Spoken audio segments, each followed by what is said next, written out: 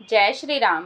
आज श्री रामचरितमानस पाठ के बालकांड का 56वां दिन है, जिसमें मास पारायण का 5वां विश्राम चल रहा है और नवाह पारायण का पहला विश्राम चल रहा है।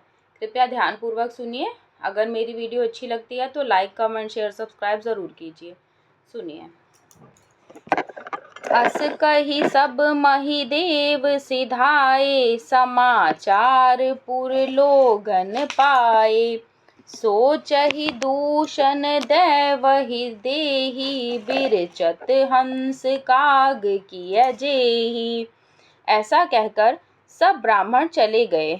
नगरवासियों ने जब यह समाचार पाया तो वे चिंता करने और विधाता को दोष देने लगे, जिसने हंस बनाते बनाते कौवा कर दिया।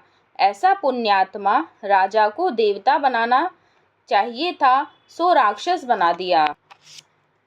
उपरोहित ही भवन पहुँचाई, असुर तापस ही खबर जनाई।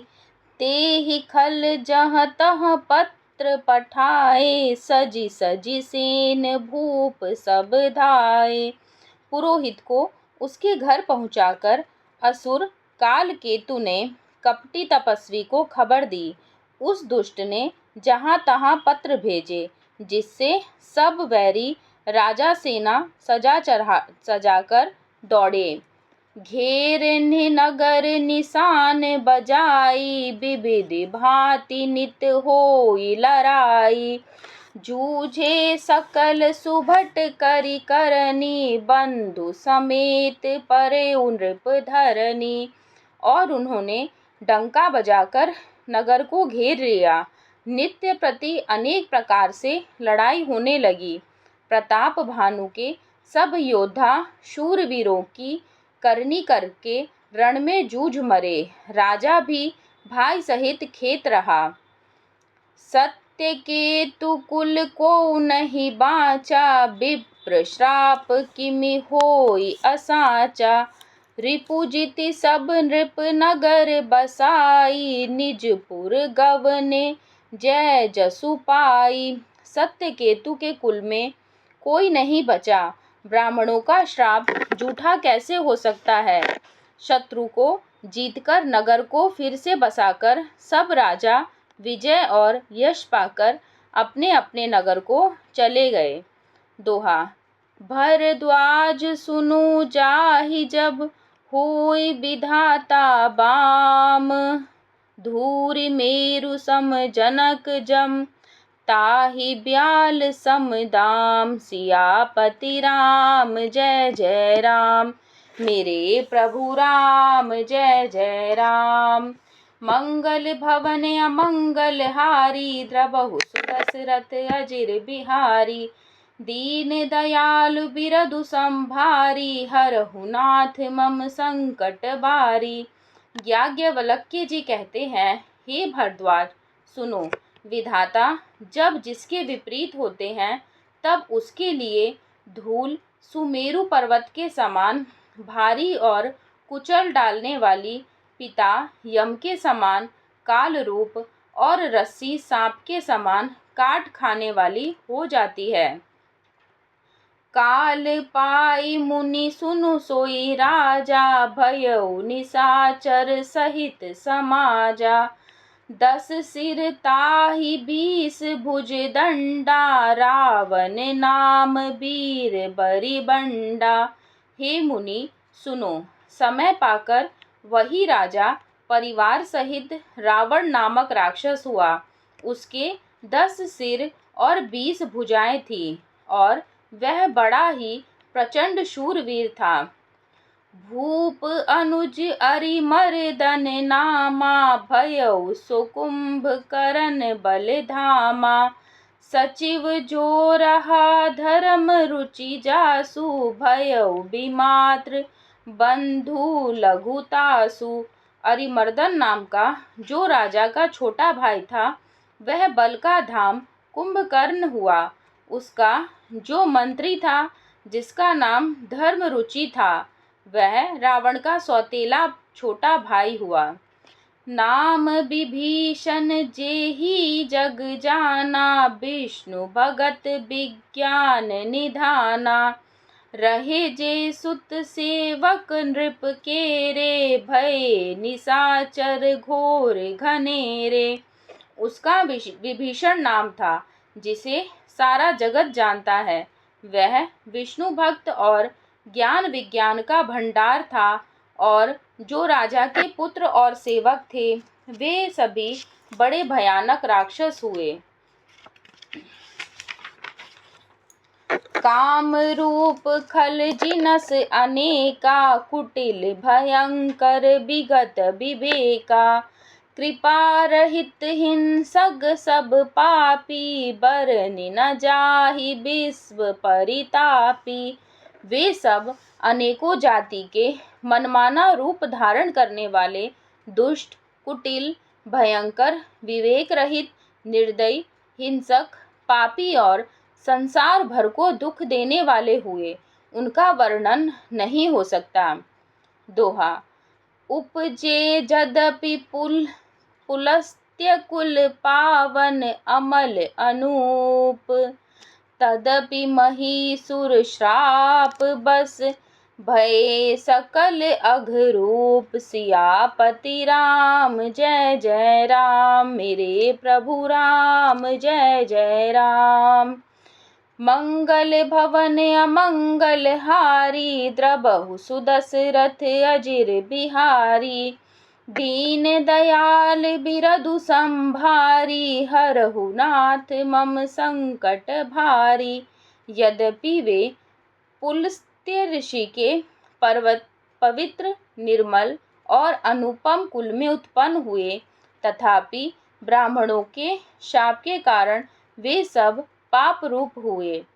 कीन विविध तप तीनहु भाई, परम उग्र नहीं बरनि सो जाई। गयउ निकट तब देखी विधाता, मागहु बर प्रसन्न मैं ताता। तीनों भाइयों ने अनेकों प्रकार की बड़ी ही कठिन तपस्या की, जिसका वर्णन नहीं हो सकता। उनका उग्र तप देखकर ब्रह्मा जी उनके पास गए और बोले, हे तात, मैं प्रसन्न हूँ, वर मांगो।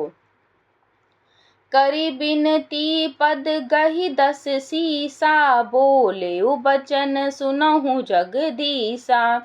हम काहू के मरहि न मारे, बानर मनुज जाति दुई बारे।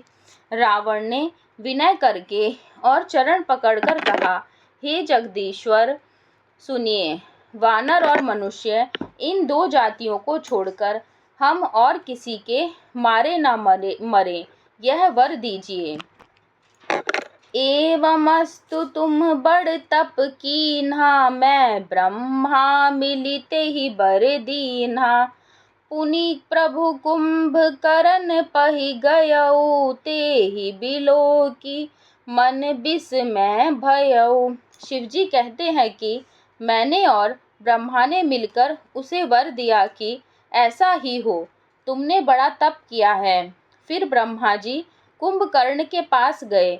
उसे देखकर उनके मन में बड़ा आश्चर्य हुआ। जौ एहि खल नित करब आहारू, हो इहि सब उजारि संसारू। सारद प्रेरिता सुमति फेरी, मागे नीद मास शट केरी। जो यह दुष्ट नित्य आहार करेगा तो सारा संसार ही उजाड़ हो जाएगा।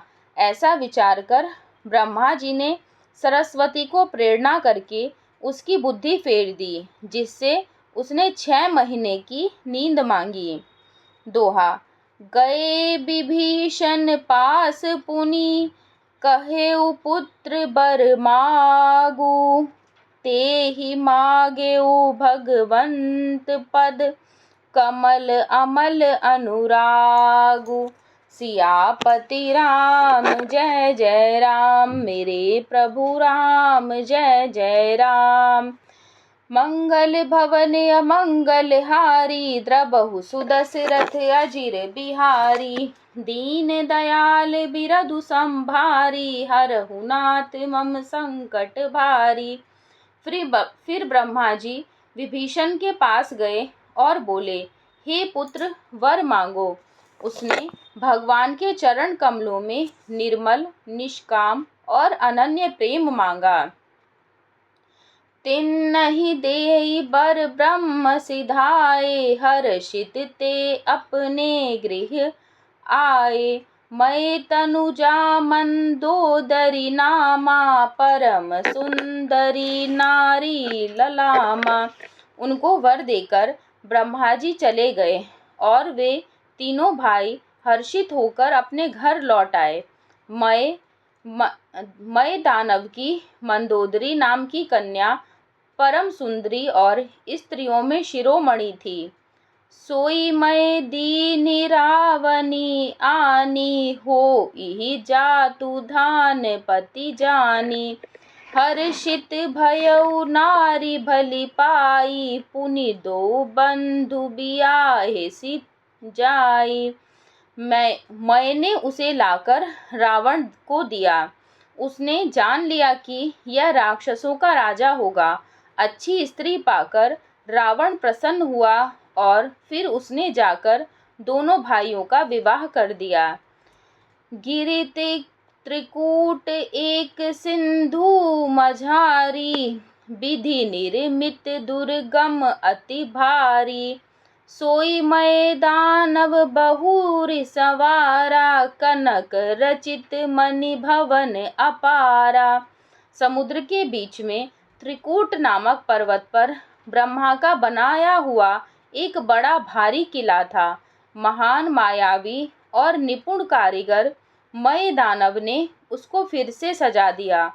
उसमें मणियों से जड़े हुए सोने के अनगिनत महल थे। भोगावती जसी अहि कुल बासा, अमरावती जसी शक्र निवासा। तिन्हते अधिक रम्य अति बंका, जग विख्यात नाम तेहि लंका। जैसे नागकुल के रहने की पाताल लोक में भोगावती पुरी है और इंद्र के रहने की स्वर्ग लोक में अमरावती पुरी है, उनसे भी अधिक सुंदर और बांका वह दुर्ग था। जगत में उसका नाम लंका प्रसिद्ध हुआ। दोहा। खाय सिंधु गभीर अति, चारिहु दिसि फिरि आव। कनक कोट मणि खचित दृढ़, बरनि न जाई बनाव। उसे चारों ओर से समुद्र की अत्यंत गहरी खाई घेरे हुए है। उस दुर्ग के मणियों से जड़ा हुआ सोने का मजबूत परकोटा है, जिसकी कारीगरी का वर्णन नहीं किया जा सकता। हरि प्रेरित जेहि कलप जोई, जातु धान पति होई। सूर प्रतापी अतुल बल दल, समेत बस सोई। सियापति राम जय जय राम, मेरे प्रभु राम जय जय राम। मंगल भवन अमंगल हारी, द्रबहु सुदशरथ अजिर बिहारी। दीन दयाल बिरधु संभारी, हरहु नाथ मम संकट भारी। भगवान की प्रेरणा से जिस कल्प में जो राक्षसों का राजा रावण होता है, वही शूर प्रतापी अतुलित बलवान अपनी सेना सहित उस पुरी में बसता है। धन्यवाद।